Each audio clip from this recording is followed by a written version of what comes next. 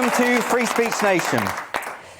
It was known as the Sphinx, a terrifying hybrid with the body of a lion and the head of a woman. According to the legend, the Sphinx was sent to guard the city of Thebes by the goddess Hera, who wanted to punish the citizens for some ancient crime. The Sphinx perched on a nearby mountain, and whenever anyone attempted either to enter or to leave the city, she would pose a riddle. If the traveller failed to answer, he or she would be devoured.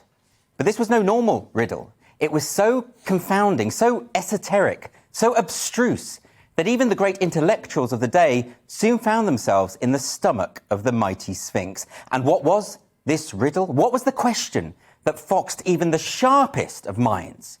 It was simply this: what is a woman? Even now, I'm sure most of you are thinking to yourselves, how could one possibly answer such a metaphysical conundrum? And you're not alone, so take a look at this.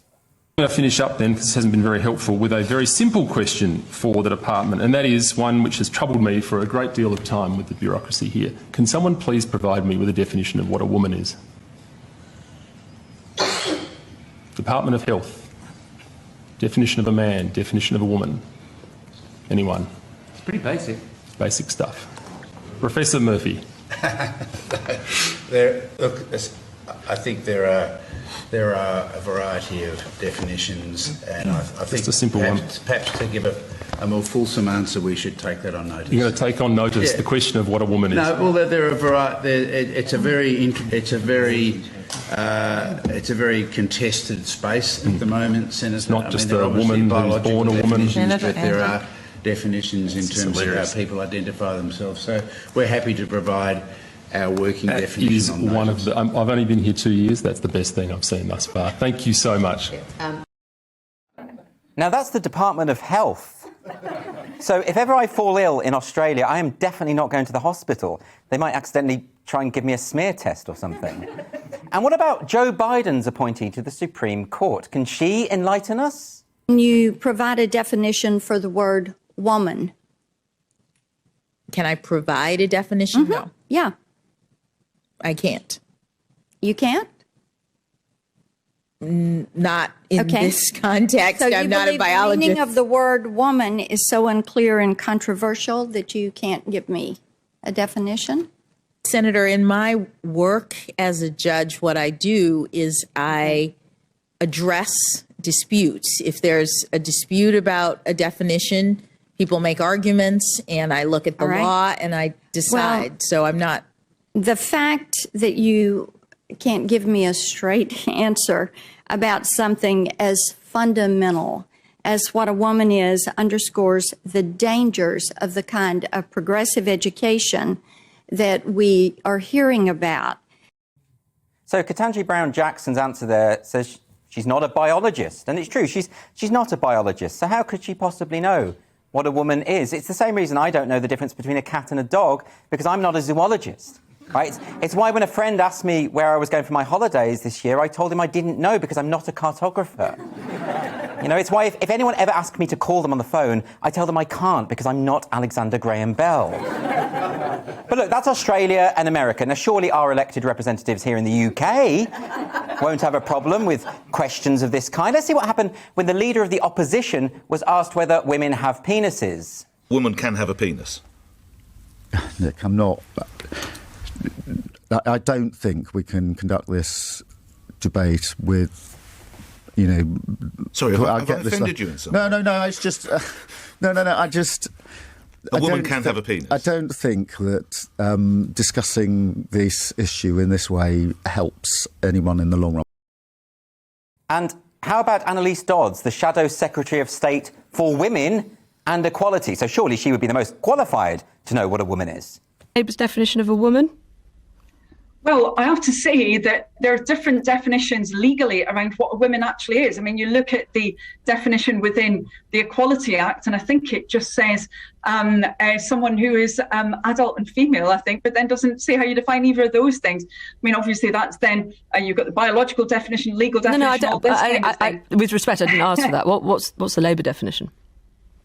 Well, I think with respect, Emma, I think it does depend what the context is, surely. I mean, surely that is important here. OK, she's struggling. OK. But what does her predecessor, Dawn Butler, have to say about all this? When a child is born, they are identified and observed in a particular sex. The child is born without sex, and the child is formed without sex in the beginning. But anyway, I don't hold. A child is born without biological sex. OK, well, I guess the midwife just flips a coin or something. Now, all of these clips I've shown you are from politicians on the left, and by failing to stand up for women's rights, they've left an open goal for the Tories. And this week, Boris Johnson scored. He said, "I don't think that it's reasonable for kids to be deemed so-called Gillick competent to take decisions about their gender or irreversible treatments that they may have. I think there should be parental involvement at the very least. I also don't think that biological males should be competing in female sporting events. I happen to think that women should have spaces which are dedicated to women. That doesn't mean I'm not immensely sympathetic to people who want to change gender, to transition, and it's vital that we give people the maximum love and support in making those decisions." Do you see how easy that was? I mean, he didn't obfuscate, he just said what we all know to be true.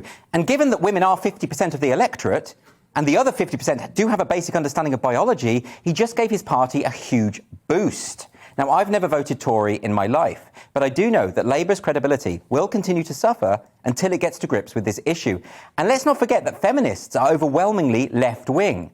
But they are now often writing articles for right-leaning publications or being offered platforms by right-wing commentators because the culture war isn't about left versus right, it's about truth versus fiction. And by the way, it hasn't escaped the attention of feminists that the question, what is a man, mysteriously rarely seems to be asked. Of course, activists are now doubling down. They're trying to frame the question, what is a woman, as some kind of gotcha. But a gotcha is a tricky question that exposes something embarrassing that the interviewee has either said or done in the past. It's not just a simple question that any moderately intelligent 4-year-old could answer. To ask a politician the question, what is a woman, isn't a gotcha, because they know the answer. And they know that we know that they know the answer.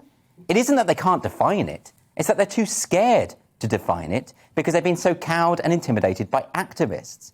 It would be one thing if these politicians had bought into gender identity ideology to such an extent that they no longer believe in biological sex differences. I mean, that would be deranged, but at least it would be forgivable. But that's not what's happening here.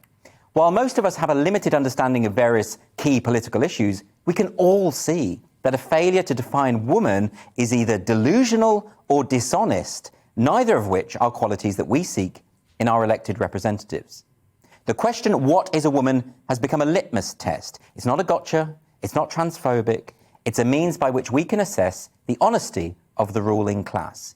And if they can't speak openly about the things we all know to be true, we won't be able to trust them when it comes to anything else.